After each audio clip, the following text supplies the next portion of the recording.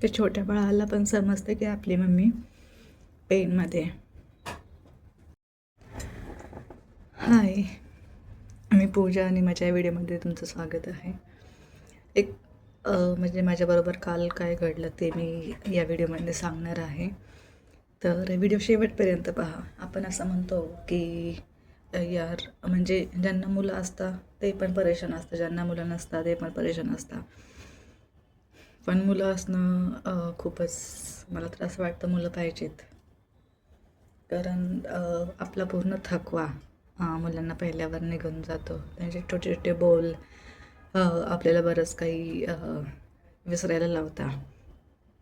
तर काल असंच झालं. म्हणजे माझं दिवसभर सकाळपासून डोकं दुखत होतं थोडं थोडं. पण आफ्टर ऑफिस ते एवढं जास्त दुखायला लागलं की मला एकदम असं वाटायला लागलं की कधी मी घरी जाऊन आणि कधी झोपू, असं झालं. तर मी कशी तरी डिनरला खिचडी बनवली आणि गॅसवर ठेवून आईंना सांगितलं की आता खिचडी ठेवली आहे तर तुम्ही बघा, आणि मी जाऊन डायरेक्ट झोपले. अक्षरशः मी झोपले. मी सहसा असं झोपत नाही, पण माझं डोकं एवढं दुखत होतं, एवढं म्हणजे मला सहन होतच नव्हतं ते. म्हणजे आवाज पण सहन होत नव्हता, एवढं माझं डोकं दुखत होतं काल. मग माझी मुलगी आता 3.5 वर्षाची आहे आणि मुलगा माझा 6 वर्षाचा आहे. तर मी जाऊन झोपले. तर मुलगा बाहेर खेळायला गेला होता. त्याला म्हणजे मम्मी ऑफिसवरून आल्यावर दिसायला पाहिजे, तर मम्मी कुठे गेली कुठे गेली असं झालं. तर मी वर झोपले होते. मग तो आला, तो रडत होता कारण मुलं खेळतात आणि भांडण करतात, तर त्याला कोणीतरी मारलं होतं. तर आला मम्मी मम्मी करत. मी म्हटलं बाळा माझं खूप डोकं दुखते, कारण मला थोडा पण आवाज सहन होत नव्हता. म्हटलं बाळा रडू नको. आणि दुसऱ्या सेकंदाला त्याने रडणं बंद केलं. नेहमी म्हणजे असं नाही होत, तो रडायला लागला की खूप वेळ रडतो. आपण म्हणतो त्याला की रडू नको रडू नको, पण तो रडत राहतो. पण त्याला मी काल म्हटलं बाळा माझं डोकं खूप दुखते, नको रडू, इथे बसतो माझ्यापाशी. त्याने दुसऱ्या सेकंदाला त्याचं रडणं बंद केलं. म्हणजे समजतं आहे का की मुलं पण आपल्याला समजतं. आपण असं म्हणतो यार छोटे मुले त्यांना काय समजतं, किंवा आपण बोलतो त्याला समजत नाही, आपलं दुःख त्यांना समजत नाही. पण तसं नसतं, लहान मुलांना सर्व काही समजत असतं. आणि नंतर माझी मुलगी आली, मम्मा मम्मा काय झालं? म्हटलं डोकं दुखते माझं खूप. म्हणे मग तेल लाव ना. म्हटलं ठीक आहे. मग ती स्वतः तेलाची बाटली घेऊन आली आणि मला तेल लावून दिलं त्याच्यात छोटे छोटे हातांनी. ते तसं अर्ध डोकं माझं असं एकदम दुखायचं बंद झालं. की ही म्हणजे 3.5 वर्षाची मुलगी आहे ती. आपण म्हणजे मी तर जेव्हा 3.5 वर्षाची होते मला काहीच असं आठवत नाही, किंवा मी असं काही केलं असेल हे मला काहीच माहीत नाही. पण ती 3.5 वर्षाची मुलगी, आता तुम्ही डोकं पण पाहता झालं चप्पू चप्पू एकदम. काल तिनं मला ते तेल लावले.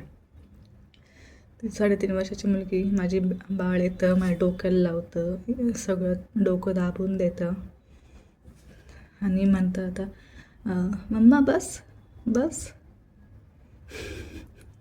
म्हणजे मी हा व्हिडिओ आता शूट करते ना, तर मला एकदम असं भरून येते की त्या छोट्या बाळाला पण समजते की आपली मम्मी पेनमध्ये.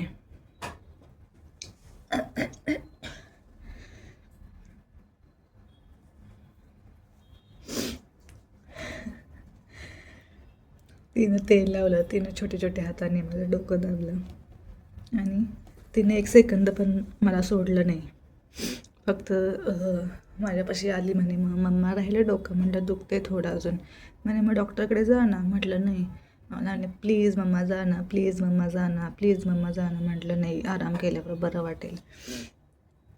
मग ती काय केलं, तिच्या पप्पांकडे गेले. तिचे पप्पा खाली होते. पप्पा तिला सांगितलं, पप्पाला सांगितलं, पप्पा मम्मीचं डोकं आज खूप दुखतं, तिला दवाखान्यात घेऊन जावा. मग तिचे पप्पा आलीवर बघायला विचारत होते, चल दवाखान्यात चल दवाखान्यात. मी म्हटलं नाही, गोळी घेतल्यावर आराम केल्यावर बरं वाटेल. ते म्हणते मम्मा जा ना तू दवाखान्यात, प्लीज मम्मा जा ना मम्मा प्लीज. म्हणजे एवढे ती रिक्वेस्ट करत होते ना की एवढे मला कधी कधी आश्चर्य वाटतं की माझी मुलं एवढी कशी समजूतदार आहे, किती हुशार आहे. कधी कधी खूपच प्राऊड होतं, कारण ते अशा कधी गोष्टी समजून घेताना की मी विचार करत बसते की अरे एवढे छोटे पण यांना बुद्धी कशी काही एवढी म्हणजे समजतं कसं काय असं. तिला म्हटलं की नाही मी झोपते, मग असं तसं. मग मी झोपून गेले थोड्या वेळ, पण तिने मला एक सेकंद पण सोडले नाही. ते माझ्यापाशीच बसली, माझ्यापाशीच झोपली. शेवटी तिला म्हटलं जा बाळा तू खाली जेवून ये, जेवण झाल्यावर ये. फक्त ती जेवायला गेली आणि मी झोपलेली होती. जेवण करून आली, लगेच वर आली, मम्मा तुला बरं वाटतंय का?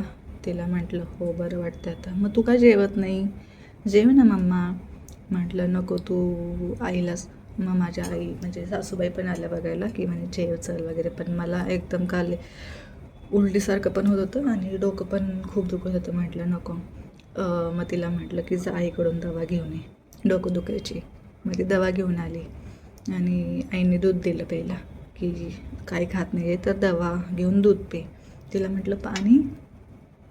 मग ती अशी एक एक गोष्ट आणायला खाली जात होती. दवा आणली, मग दूध आणलं, मग पाणी आणलं. मग माझा मुलगा मग मी तिला पाणी आणायला सांगितलं ना, मग ती खाली गेली की आई दवा द्या मम्मीला, आई पाणी द्या मम्मीला. तर आई सांगत होत्या माझ्या मुलाला की जा मम्माला सांग दवा घेऊन ते दूध पिऊन घे.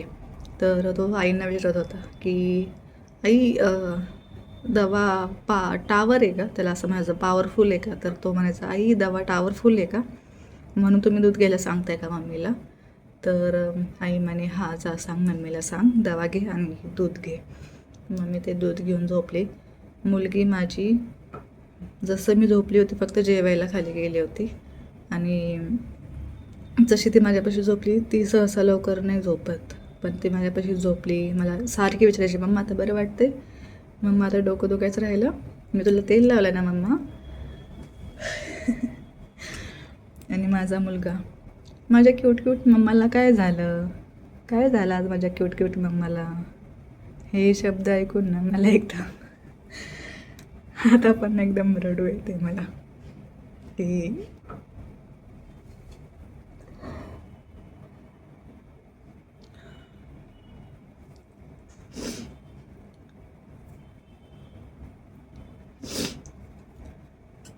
ती एवढी काळजी घेतात ते छोटे छोटे मुलं पण.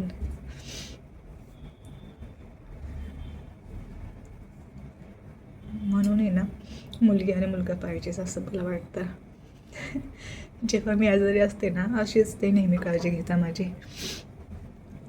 ती जेव्हा तेल लावत होती ना मला आय विश की मी ते कॅप्चर करू शकत होते, पण माझी डोकंच एवढं दुखत होतं की मला काय सुचत नव्हतं ते. ती छोटे छोटे हात अशी दाबत होती जोर लावून, अशी तेल लावत होती. मला तेल लावल्यावर स्वतःला पण तेल लावून घेतला हाताला पायाला.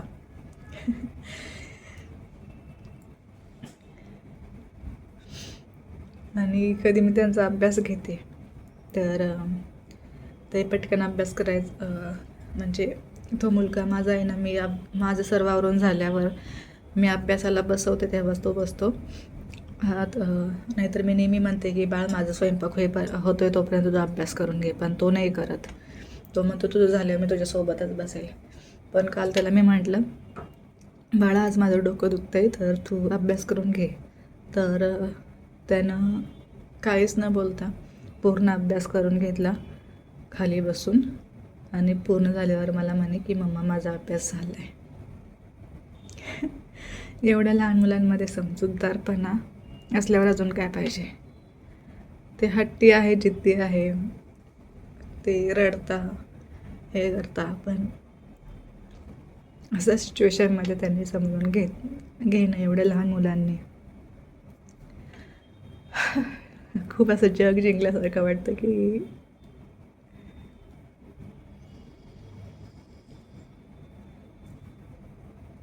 माहीत नाही मला असं इमोशनल काय वाटतंय, पण मला असं एकदम छान पण वाटते की माझी मुलं एवढी काळजी घेतात एवढ्या लहान वयात. देवाकडे एकच इच्छा त्यांना सुखी ठेव, त्यांच्याची पूर्ण इच्छा सर्व इच्छा पूर्ण कर. त्यांना त्यांचं आरोग्य चांगलं राहू दे. हे व्हिडिओ बनवायचं कारण हेच राहतं की आपण म्हणजे कधी कधी आपण खूपच कामाचं लोड असतो तर आपण त्यांना ओरडतो. म्हणजे कालच झालं तसं. मी माझ्या मुलाला ओरडले होते सकाळी आणि माझ्या डोक्यात दिवसभर तेच, अरे आपण जी रिॲक्शन दिली ती खूपच चुकीची होती, आपण एवढा त्याला ओरडायला नको पाहिजे होते, हे न ते.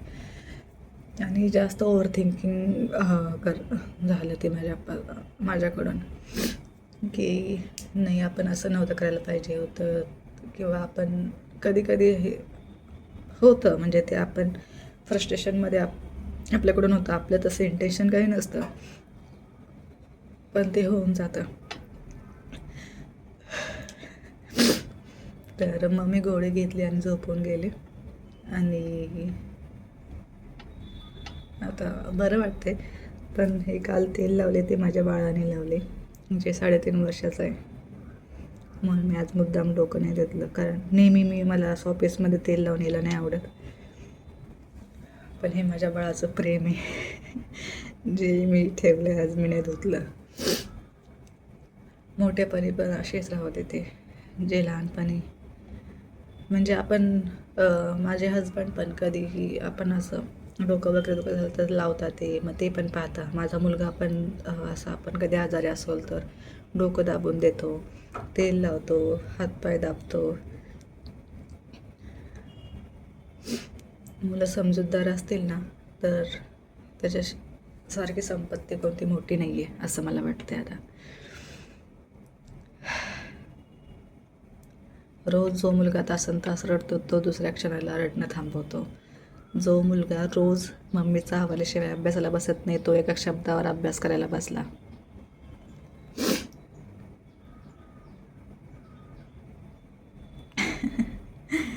हा समजूतदारपणा. बस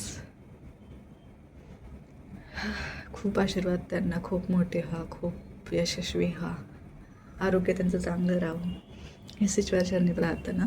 आणि आता व्हिडिओ खूप लॉंग झालेला आहे. तर तुमची मुलं म्हणजे मी असं कम्पेअर नाही करत आहे की तुमची मुलं करता का, असं करता का, तसं करता का, पण प्रत्येक आईला हा अनुभव असेलच. जेव्हा जेव्हा आपण थोडे पण आजारी पडतो तर आपली मुलं आपल्या अवतीभोवतीच फिरता, आपली काळजी घेता, आपल्याला विचारता.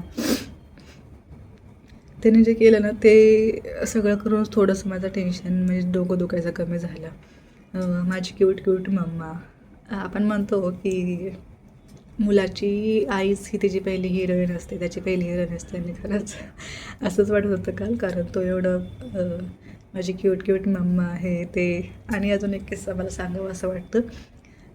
जेव्हा टी व्हीमध्ये संतूर ची ॲड लागते ना तर माझी मुलगी म्हणते की मम्मी, आणि जेव्हा जेव्हा लागते ना तेव्हा तेव्हा ती मला बोलते. असं नाही की एकदा बोलला आणि ते विसरून गेले. जेव्हा जेव्हा लागते ती ॲड तर ती मला म्हणते मम्मा तू पण असा ड्रेस घाल एकदा. संतूर मॉमची जी ॲड आहे संतूर साबणची, त्यामध्ये जी अभिनेत्री आहे, जी हिरोईन आहे, ड्रेस घालून संतूर मॉम दिसते. तर मला ती म्हणते की मम्मा तू पण असा ड्रेस घाल हां एकदा. आय होप मी तिची इच्छा पूर्ण करेल. कधी करेल नाही माहीत, पण करेल एक दिवस नक्कीच. चला बाय बाय, भेटूया पुढच्या व्हिडिओमध्ये. तोपर्यंत बाय बाय.